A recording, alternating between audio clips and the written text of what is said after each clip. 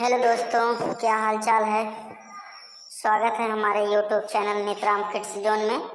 आज हम आपको चीन और भारत के विवाद के बारे में एक कहानी के माध्यम से आपको अवगत कराते हैं और पूरी कहानी। चैप्टर पर्दे के पीछे। मुर्गी की गर्दन आकार जैसी चुंबी घाटी से एक रणनीतिक मार्ग जो भारत को अपने पूर्व उत्तर राज्यों से जोड़ता है किबुतु तक, जो देश का पूर्व में सबसे बाहरी भाग है। चीन बड़ी चतुराई के साथ भारत की दिशा खड़े अपने सभी एयरबेस को अपग्रेड कर रहा है।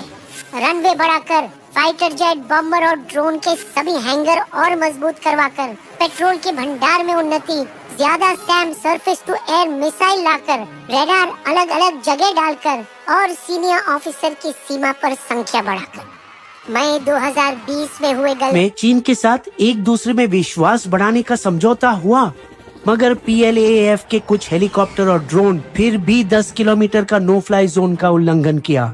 जवाब में भारतीय वायुसेना को अपने सुखोई फाइटर की उड़ान भरनी पड़ी असीमारा, तेजपुर और चबुआ एयरबेसों से, और नव नए खरीदे रफाइल फाइटर जेट को भी बंगाल के हसीमारा एयरबेस पर स्थित रखना पड़ा, जो सिक्किम, भूटान, तिब्बत के 3 राह के पास है। वैसे चीन के पास भारत की तुलना में 4 गुना ज्यादा फाइटर जेट है।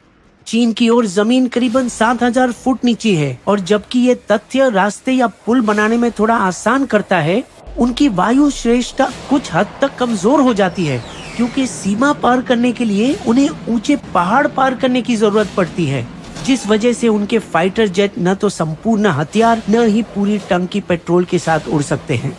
जबकि भारत पहले से ही ऊंचाइयों पर है और वो फुल्ली लोडेड रफाइल और सुखोई फाइटर को आक्रमण के लिए भेज सकती है।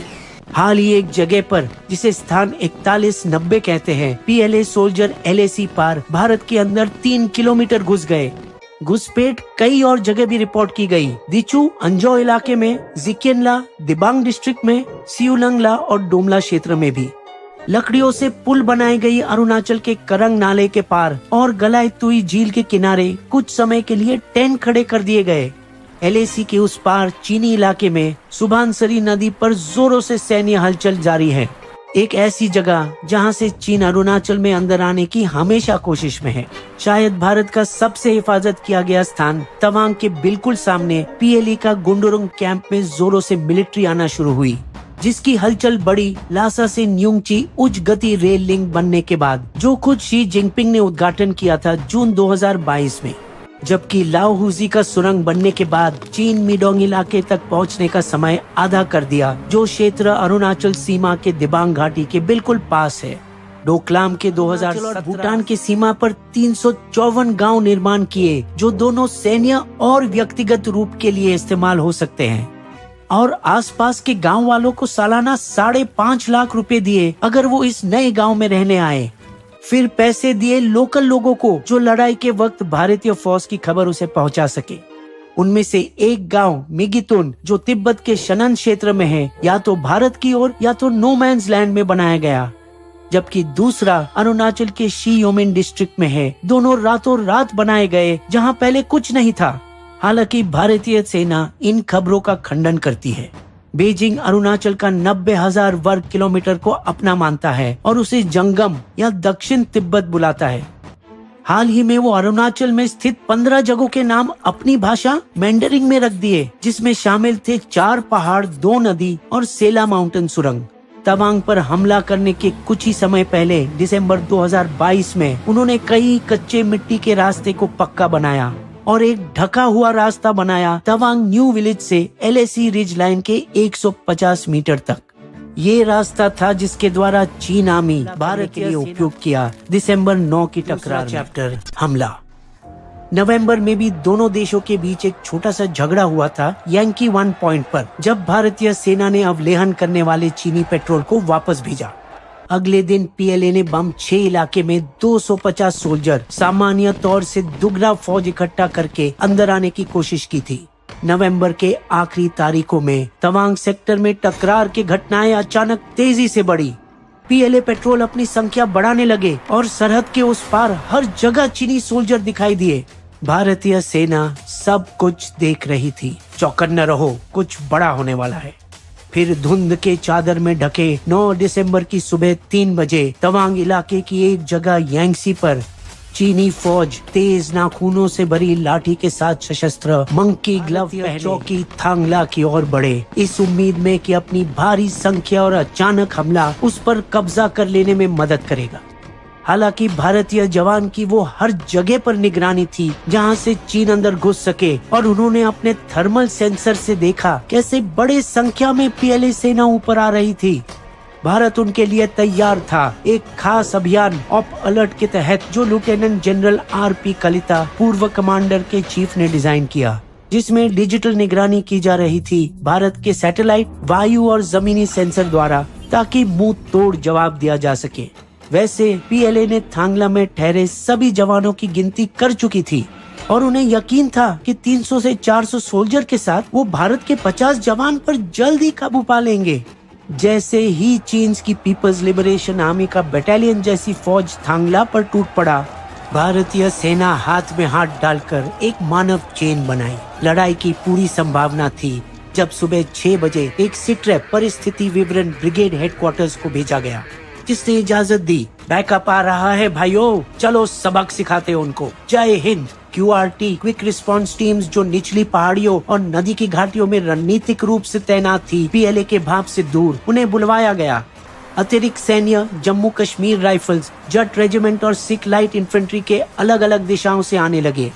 इस बीच लड़ाई के मैदान में सेनाओं में गाली गलौच और धक्कम धक्की चल रही थी, जो जल्द ही हाथमपाई में बदल गई जब भारतीय फौज ने जमीन के 1 इंच से भी नहीं हिले।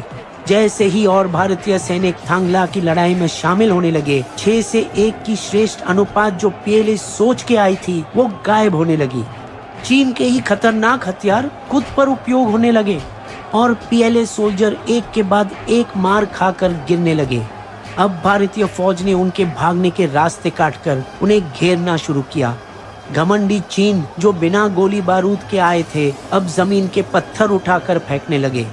फिर अपने को एक झुंड में बनाकर वो पीछे हटने की कोशिश की, मगर अब भारतीय सेना का मूड बदला और उन्हें सबक सिखाने के लिए भागते हुए चीनियों का पीछा किया, जो अपनी जान बचाकर दौड़ रहे थे। नीचे कैंप के पीएलए सेना फायरिंग शुरू की ताकि भारतीय फौज उनका पीछा छोड़े और वो अपने साथियों को बचा सके। अंत में पीएलए की बड़ी धुलाई हुई। उनके सेना के दर्जन से ज्यादा लोगों की खोपड़ी फूटी, जिसमें से कई की हालत गंभीर थी।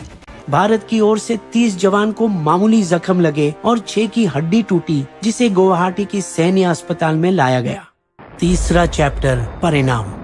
हादसे के बाद दोनों सेना के कमांडर मिले और एक फ्लैग मीटिंग रखी गई ताकि टेंशन फैले नहीं।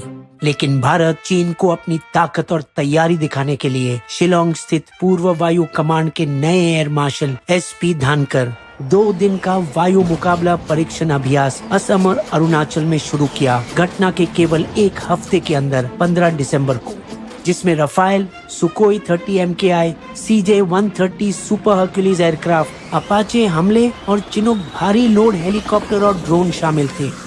एपीजे अब्दुल कलाम द्वीप ओडिशा तट पर स्ट्रेटेजिक फोर्स कमांड ने अग्नि 5 3 स्टेज बैलिस्टिक मिसाइल टेस्ट की, जिसकी 5000 किलोमीटर का रेंज चीन का सबसे उत्तरी भाग भी निशाना बना सकता है। एक मुंह तोड़ जवाब चीन के डोंगफेंग 41 का, जो अपने 12 से 15,000 किलोमीटर के रेंज से किसी भी भारतीय शहर को अटैक कर सकती है। छानबीन के लिए नौसेना भी अमेरिका P-8I लंबा पेट्रोल हवाई जहाज काम पर लगाया। INS हंसा गोवा और INS रजाली अराकोन तमिलनाडु से दोनों को उत्तरी सीमा पर भेजा। साथ MQ-9B सी गार्डियन ड्रोन भी, दोनों जो बढ़िया रेजोल्यूशन के लाइव इमेज भेज सकते हैं अपने आधुनिक उपकरणों से। और तो और इजराइल के हेरोन ड्रोन भी भेजे गए ISR इंटेलिजेंस सर्वे और रेकी के लिए। आने वाले हमले की तैयारी में भारत एक नया 1748 किलोमीटर 2 लेन मार्ग बनाएगा NH-13 अरुणाचल में, जो तिब्बत, चीन और म्यांमार सीमा के पास होते हुए गुजरेगा। इस मार्ग के 2 और फायदे हैं, उन क्षेत्रों में विकास लाना और उन इलाकों से शहर के ओर का प्रवास रोकना। रणनीतिक सेला सुरंग तवान के नजदीक जून 2023 तक रेडी होने की संभावना है, रिकॉर्ड 3 साल में। जबकि नया निर्मित हेवी ड्यूटी 100 मीटर लोखंड का सियोम पुल अलोंग योंगक्योंग मार्ग पर अब सैनिक होवित्जर और टैंक की तेजी से संचालन कर पाएगा अपर सियांग के LAC इलाके तक। जब से लद्दाख मामला हुआ 2.5 साल पहले, भारत ने बुनियादी ढांचे की कमी काफी हद तक कम कर दी है। सीमा के धारणाएं का समझ अलग है, क्योंकि जब हेनरी मैकमोहन अंग्रेजी विदेश मंत्री और इतिहासकार LAC रेखा खींची भारत और चीन के बीच, उन्होंने एक मोटी टिप पेन से कागजी नक्शा पर लाइन डाली जो अगर जमीन पर देखा जाए तो वो 7 किलोमीटर मोटी है, जिससे गलतफहमी के लिए काफी गुंजाइश है। और गलतफहमी की संभावनाओं को कम करने के लिए अरुणाचल से 16 ITBT पुलिस ऑफिसरों को मैंडरिन सिखाया गया। और ये गलतफहमी भी दूर करने के लिए कि भारत वार के लिए तैयार नहीं, उन्होंने चीन जितने 50,000 जवान को सीमा पर भेजा है, लगातार तीसरे साल के लिए ये मिनी युद्ध में। अब यांगसी के बाद वो चील जैसी नजर रख रहे हैं LAC के सभी 23 प्रमुख विवादित क्षेत्र पर, पूर्व लद्दाख में डेमचोक और चुमार से लेकर अरुणाचल के फिशटेल 1 और फिशटेल 2 तक। चौथा चैप्टर, तवांग ही क्यों। तवांग या मागो चूना, जो भारतीय सेना उसे बुलाती है, शायद 3,488 किलोमीटर LAC का सबसे संरक्षित और महफूज जगह है, क्योंकि इसी इलाके में चीन की दखल अंदाजी ज्यादा रही है। यांगसी, जो चीन डोंगशेंग कहते हैं, तवांग से 25 किलोमीटर उत्तर की तरफ है, जो 8 में से एक प्रमुख फ्लैश पॉइंट है पूर्व क्षेत्र में। बाकी है नामकाचू, सुंदरमचू, असाफिला, लोंगचू, डीचू, लमंग और फिशटेल 1 और फिशटेल 2। 1962 युद्ध में हार के बाद जब चीन असम तक पहुंची थी, पर फिर वो अपने आप मुड़कर वापस चली गई, भारत की मानसिकता हिफाजत की बनी और अपनी पूरी ताकत सेला पास की रक्षा करने के लिए रखी, जबकि तवांग को छोड़ दिया क्योंकि उन ऊंचाइयों पर साल भर रहना मुश्किल था। सोच ये थी कि भारत देश को बचाना है, उसके जमीन के हर टुकड़े को नहीं। 1980 के बीच के समय पहली बार सशस्त्र सीमा बल तवांग की ओर सुंदरमचू माने छोटी नदी जाकर एक चौकी डाली। उस समय न तो चीन न तो भारतीय वहां जा रहे थे और 2 गर्मियों के मौसम में हमारी फौज वहां रही और ठंड में वापस नीचे आई। लेकिन 1986 में जब वो वहां पहुंचे तो देखा कि चीन उधर पहले से ही अपनी चौकी डाल चुके थे और वांडोरंग में हेलीपैड भी बना रहे थे।